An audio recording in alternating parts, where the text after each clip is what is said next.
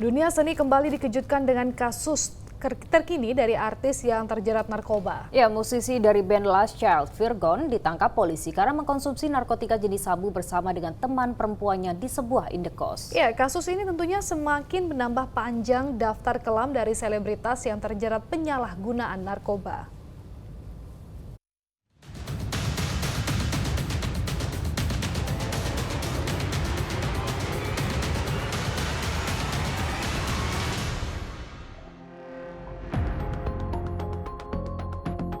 Kamis dini hari pekan lalu, polisi dari Satres Narkoba Polres Metro Jakarta Barat menangkap musisi Virgon Teguh Putra atau yang dikenal sebagai vokalis dari grup musik Last Child. Virgon ditangkap di sebuah tempat indekos di kawasan Ampera, Jakarta Selatan. Saat ditangkap, Virgon tengah bersama dengan teman perempuannya berinisial PA. Dalam penangkapan ini, polisi juga menyita sejumlah barang bukti berupa narkotika jenis sabu, sisa pakai seberat 0,2 gram, 1 buah cangklong, 1 buah bong, 3 korek api, dan juga 1 sendok plastik yang digunakan tersangka untuk menikmati narkoba jenis sabu. 1 hari yang lalu telah mengamankan 2 orang yang diduga melakukan tindak pidana penyalahgunaan narkotika. Yang pertama, seorang pria inisial PPP, pekerjaan musisi, dan yang kedua adalah seorang perempuan atas nama PA. Barang bukti yang kami dapatkan adalah narkotika jenis sabu. Untuk beratnya itu ada 1 tip kecil narkotika jenis sabu dan alat hisap. Keluarga Virgon yang mendengar kabar ditangkapnya Virgon langsung mendatangi Mapolres Jakarta Barat. Meski tak sempat bertemu dengan Virgon, pihak keluarga merasa lega karena sudah mengetahui kondisi Virgon yang tengah menjalani pemeriksaan di Polres Metro Jakarta Barat. Ibu Virgon terlihat sangat terpukul mendengar kabar mengenai anaknya. Orang tua ya mas? Ya. Apapun itu besar kecil atau bagaimana, tetap aja namanya orang tua ya. Banyak kesalahan anak atau orang tua punya kesalahan namanya anak dengan orang tua, tetap aja ya namanya beban seperti ini, siapa sih orang tua yang mau kan gitu.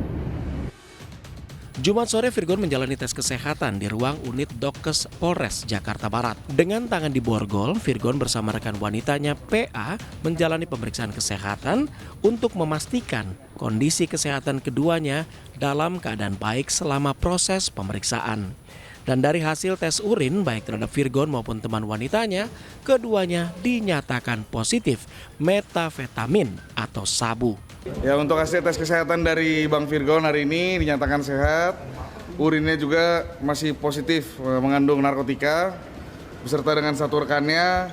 Tadi juga dinyatakan dalam keadaan sehat dan masih untuk urinnya positif narkotika.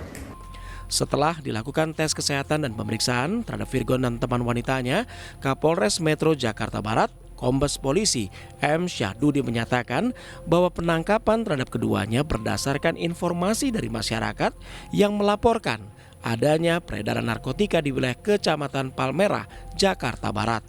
Berdasarkan informasi ini, polisi melakukan rangkaian penyelidikan dan akhirnya menuju indekos di sekitar Jalan Ampera, Jakarta Selatan. Berawal dari adanya informasi yang diperoleh oleh penyidik Satuan Reserse Narkoba Polres Metro Jakarta Barat terhadap adanya peredaran gelap narkotika di wilayah Kecamatan Palmerah, Jakarta Barat. Atas informasi tersebut, kemudian penyidik melakukan rangkaian kegiatan penyelidikan dan pendalaman terhadap informasi yang didapat dan memperoleh informasi yang akurat bahwa tindak pidana narkotika berada di wilayah Jakarta Selatan, tepatnya di salah satu kos-kosan di wilayah sekitar Jalan Ampera. Berdasarkan pengembangan kasus, polisi kemudian menangkap BH, salah satu kru band dari Last Child yang diketahui sebagai pemasok narkoba kepada Virgon. BH ditangkap di salah satu perumahan di wilayah Bekasi, Jawa Barat, dan dalam penangkapan BH, polisi juga menemukan sejumlah barang bukti berupa bekas alat pakai narkotika jenis tembakau sintetis. Kasus artis dan narkoba sendiri bukanlah hal baru di Indonesia, khususnya di Jakarta. Sudah banyak sekali nama-nama publik figur yang harus berurusan dengan polisi akibat penyalahgunaan narkoba. Bahkan ada pula sejumlah artis yang lebih dari 1 kali ditangkap polisi karena penyalahgunaan narkoba. Lantas apa penyebab mudahnya kalangan artis terseret kasus narkoba? Pengamat sosial Rizalwan menilai bahwa dunia artis memang dekat dengan godaan penyalahgunaan narkoba. Hal ini dikarenakan tuntutan pekerjaan dalam dunia seni yang memiliki tingkat stres tinggi sehingga mudah untuk memicu artis mengkonsumsi narkoba dengan dalih memperkuat stamina serta membantu untuk mendapat inspirasi karya seni. Dunia keartisan itu dunia yang sangat dekat ya dengan narkoba ya. Kenapa? Karena pilih. Mereka pertama faktornya adalah tuntutan pekerjaan yang tingkat stresnya saya kira cukup tinggi ya. Jadi ada beberapa mungkin produksi karya seni, katakan sinetron atau mungkin lagu ya, itu yang stripping gitu ya. Jadi seringkali mereka dalam kondisi yang stres dan butuh obat-obatan untuk membuat mereka segar ya, bisa bertahan dan sebagainya. Itu satu hal. Yang kedua adalah dunia artis ini juga kan memang berbeda dengan profesional di bidang lain ya.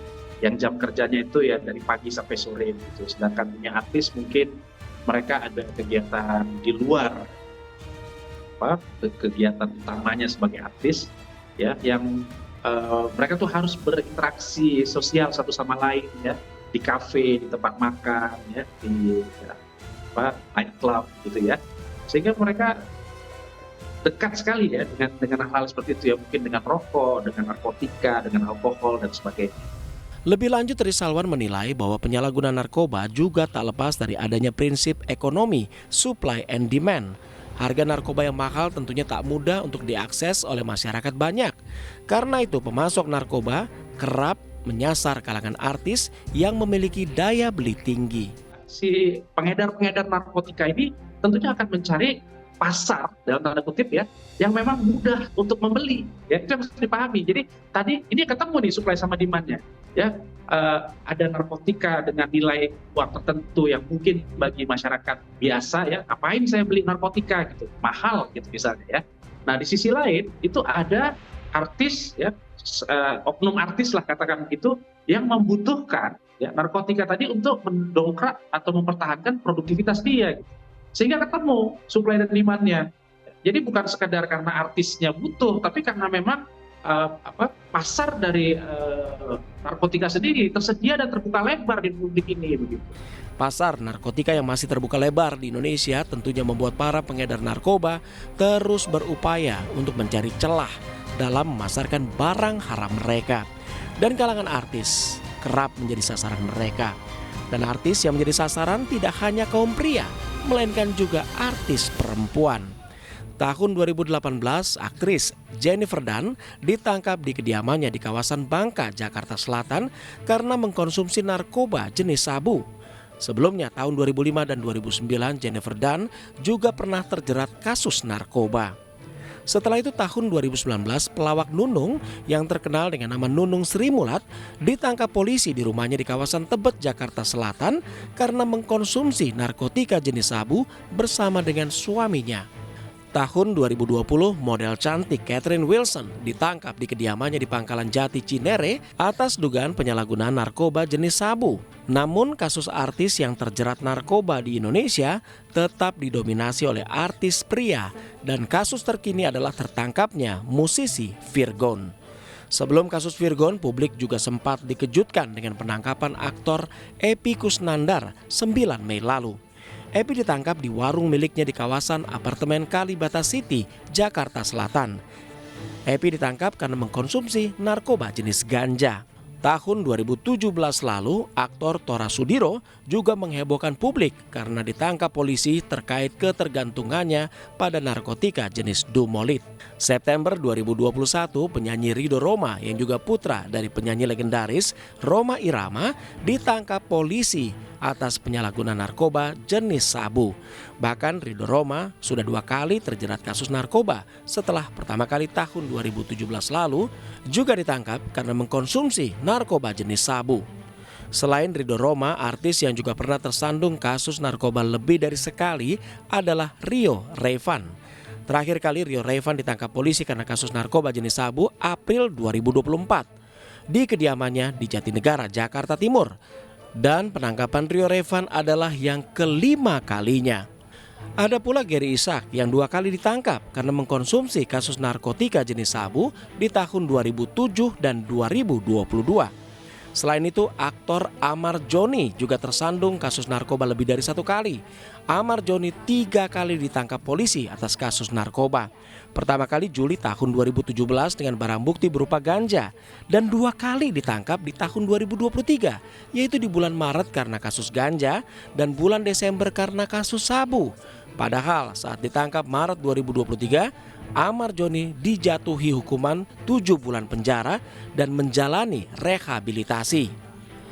Artinya proses rehabilitasi medis ternyata tidak selalu membuat pelaku narkoba sembuh. Karena itu pengamat sosial menilai bahwa dalam proses rehabilitasi tidak cukup dengan rehabilitasi medis, melainkan juga dibutuhkan sistem sosial yang mencegah pelaku agar tidak kembali terjerumus jerat narkoba. Rehabilitasi narkoba itu adalah satu proses yang berkesinambungan. Jadi ketika ada zat adiktif masuk ke dalam tubuh, ya, itu tidak akan hilang sampai kapanpun, dia akan ada, ya. Dan dia akan, kalau dalam perspektif intervensi sosial itu namanya relapse prevention. Apa itu relapse prevention? Itu cara kita mencegah agar dia tidak kembali menggunakan narkotika. Caranya itu justru bukan cara-cara yang bersifat biologis, ya, bukan cara-cara yang bersifat medis, tapi justru cara-cara yang bersifat sosial. Ya, jadi menurut saya jika kita mau melakukan rehabilitasi tapi hanya pendekatannya medis, membersihkan, melakukan detox dan sebagainya, itu tidak akan efektif sama sekali. Ya, karena tadi tidak dirubah lingkungan dia bekerja, kemudian tidak dibuat juga satu sistem sosial yang menguatkan agar dia tidak kembali melakukan itu. Itu sebetulnya esensi dari rehabilitasi menurut saya. Godaan narkoba di kalangan artis sepertinya menjadi PR besar bagi para penegak hukum dan juga kalangan pekerja seni. Untuk memberantas penyalahgunaan narkoba, ada satu hal yang harus dilakukan, yakni memutus rantai suplai narkoba dengan menangkap pengedar dan produsen narkoba, serta memberikan hukuman seberat-beratnya. Dan bagi para pelaku narkoba juga harus mendapatkan hukuman yang setimpal agar terciptanya efek jera bagi pelaku dan efek gentar di lingkungan sekitar pelaku. Tim Liputan Indonesia TV melaporkan untuk Siaga.